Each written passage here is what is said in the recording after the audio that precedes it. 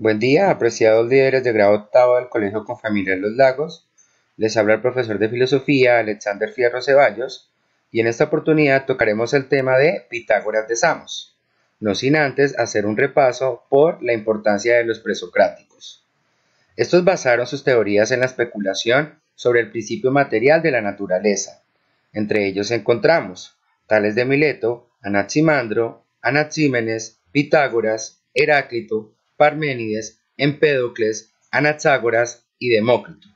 Ellos no se denominaban o se autodenominaban filósofos, más bien eran considerados magos, sabios, médicos, físicos, etc. Con ellos se inaugura la filosofía como paradigma racional autónomo y original, es decir, ocupan ese punto de bifurcación en el que se abrió paso a un nuevo camino, el logos, la razón, que terminó desalojando la religión, el rito y el mito. La vida de Pitágoras se encuentra envuelta en leyendas. Nació en Jonia, en la isla de Samos, hacia el 580 a.C., y al parecer conoció a Anaximandro de Mileto. Se le atribuyen viajes a Egipto y Babilonia. La tiranía de Polícrates le hizo abandonar Samos, trasladándose a Italia y estableciéndose en Crotona. Allí creó una secta filosófica religiosa inspirada en el orfismo, cuyos miembros vivían en comunidad de bienes, participando de un conjunto de creencias y saberes que permanecían en secreto para los no iniciados. Por lo que respecta a la escuela pitagórica, el eje central está representado por la teoría de la transmigración de las almas y la consecuente afirmación del parentesco entre todos los seres vivos. Según ella, las almas son entidades inmortales que se ven obligadas a permanecer en cuerpos, reencarnándose sucesivamente y pasando de unos a otros durante un periodo de tiempo indeterminado, hasta superar el proceso de reencarnaciones, gracias a la purificación, lo que se conoce como la catarsis, que culmina en el regreso del alma a su lugar de origen.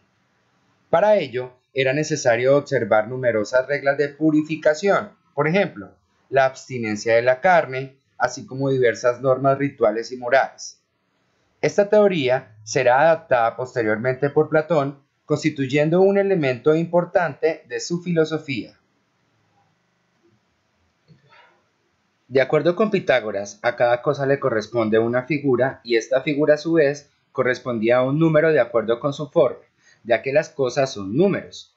Al estar los números definiendo las formas, si estos no existieran, entonces las cosas tampoco podrían existir. El número 10 era merecedor del máximo respeto, lo llamaban tretacto divino, porque era la suma de los primeros 4 enteros. De hecho, la representación triangular del 10 se interpretaba como un símbolo sagrado sobre el que se juramentaba en las ceremonias de iniciación. El número 1 correspondía a la unidad, el número 2 a la línea y finalmente el número 3 al triángulo. Para Pitágoras los números eran símbolos jeroglíficos mediante los cuales se explicaban las ideas relacionadas con la naturaleza de las cosas, y a cada número le establecía un atributo determinado. Por ejemplo, el número 1 significaba el generador de todos los números y dimensiones, el símbolo de la razón, de la unidad y de lo definido. El número 2 simbolizaba la diversidad, la opinión y la contraposición. El número 3 era el símbolo de la armonía. El número 4 era la clave de la naturaleza y del hombre, simbolizaba la justicia. El número 5 simbolizaba el matrimonio, ya que era un triángulo divino. El número 6, el símbolo de la procreación de los 6 niveles de la naturaleza animada. El número 7, el símbolo de la virginidad. El número 8, el símbolo de la amistad, de la plenitud y de la reflexión. El número 9, el símbolo del amor y de la gestación. Y por último, el signo 10, el tretactus, símbolo de Dios y del universo.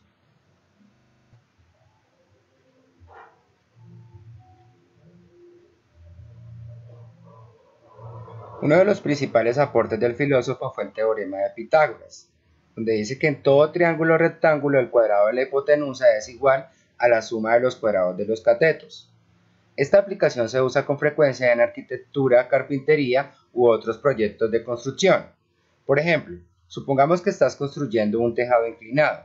Si conoces la altura del tejado y la longitud que debe cubrir, puedes usar el teorema de Pitágoras para encontrar la longitud diagonal de la pendiente del tejado. Puedes usar esta información para cortar vigas del tamaño adecuado para soportar el techo o simplemente calcular el área del techo que necesitarías para las tejas. En astronomía planteó 3 paradigmas. Primero, los planetas, el Sol, la Luna y las estrellas se mueven en órbitas circulares perfectas.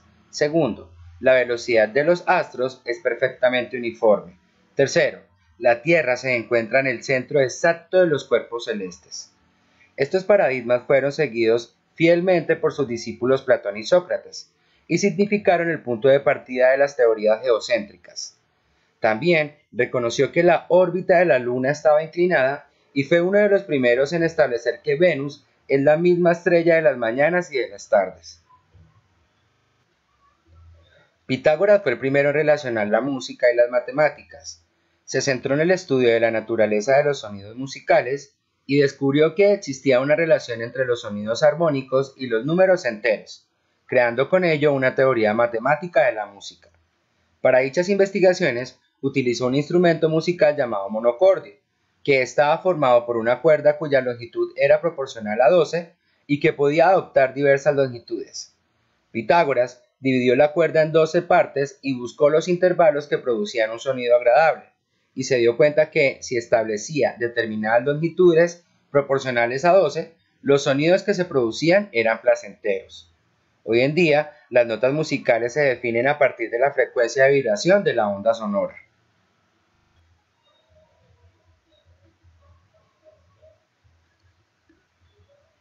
Para finalizar, quiero recalcar los principales aportes de Pitágoras de Samos. Primero, fundó la escuela pitagórica que lo catapultó a convertirse en una leyenda, puesto que era un gran sabio de su época. Segundo, insistió en la igualdad de género, pues la mujer tuvo un papel importante dentro de su escuela a pesar de que no podía participar en la política. Tercero, nos aportó la escala musical cuando logró establecer los intervalos proporcionales y cómo su relación generaba disonancia o consonancia. Cuarto, sistematizó las ideas abstractas y consideró que los números forman parte del universo. Quinto, logró realizar observaciones en cuanto a los números racionales, perfectos y amigos. Y por último, creó el teorema de Pitágoras para calcular los cuadrados de los lados de un triángulo rectángulo. Con esto ya damos por finalizada la clase de hoy, chicos. Buen día.